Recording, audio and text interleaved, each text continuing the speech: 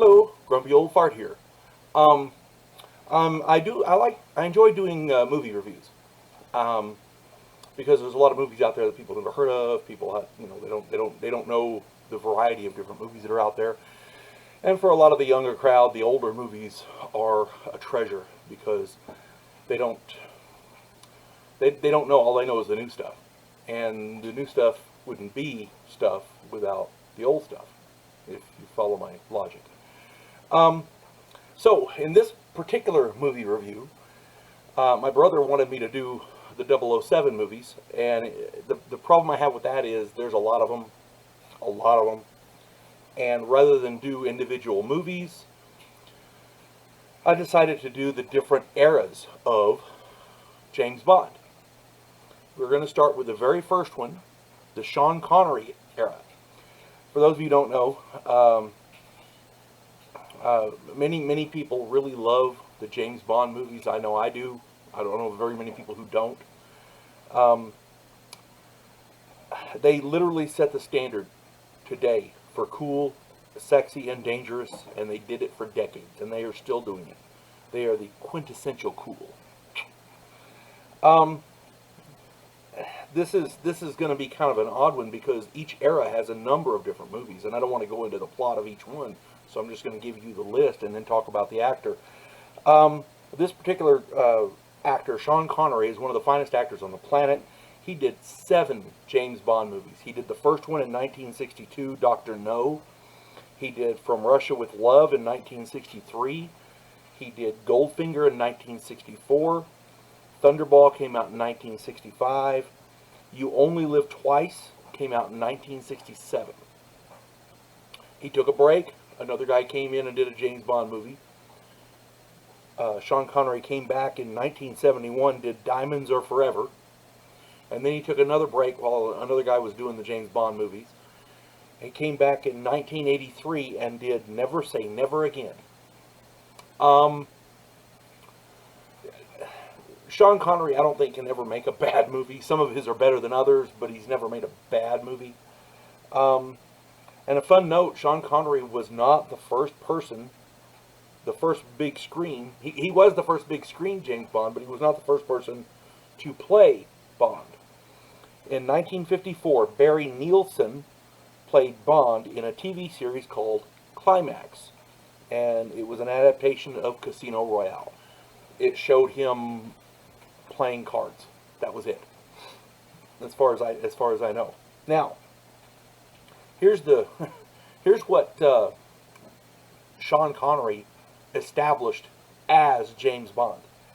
He fights dirty. He saves the world, and he established the motif that all men want to be him and all women want him. Now that was a staple for decades, and it still is today to some degree. But I don't know of anybody who could compare to Sean Connery. They've had some good people playing James Bond, don't get me wrong.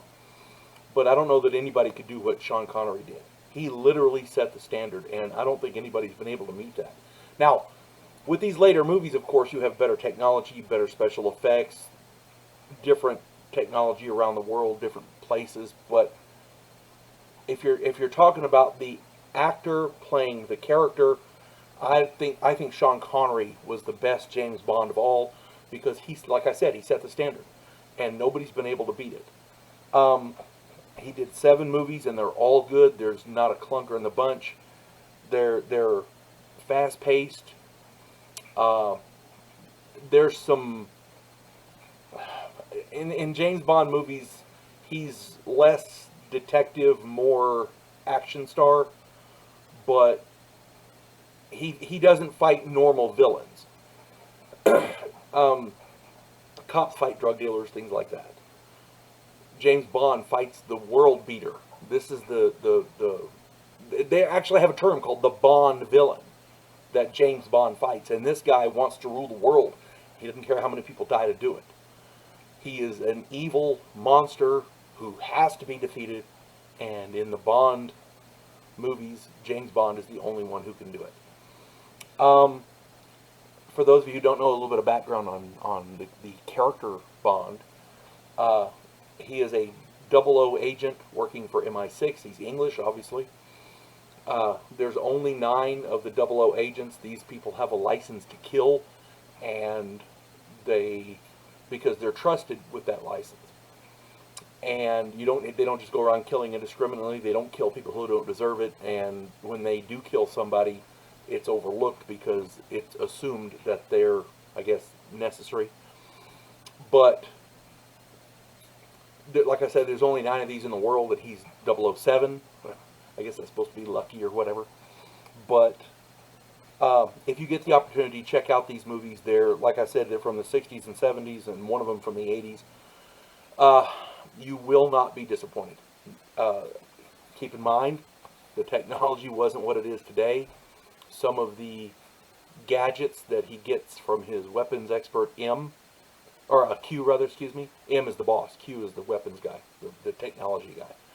Some of the gadgets he gets from Q nowadays are commonplace. You know, cell phones, the AR-7 survival rifle, that kind of thing. But at the time, they were innovative and new. So if you get the chance, check these out. I'll go through the list again. Dr. No, From Russia with Love, Goldfinger, Thunderball, You Only Live Twice, Diamonds Are Forever, and Never Say Never Again. You folks have a good day. God bless one and all.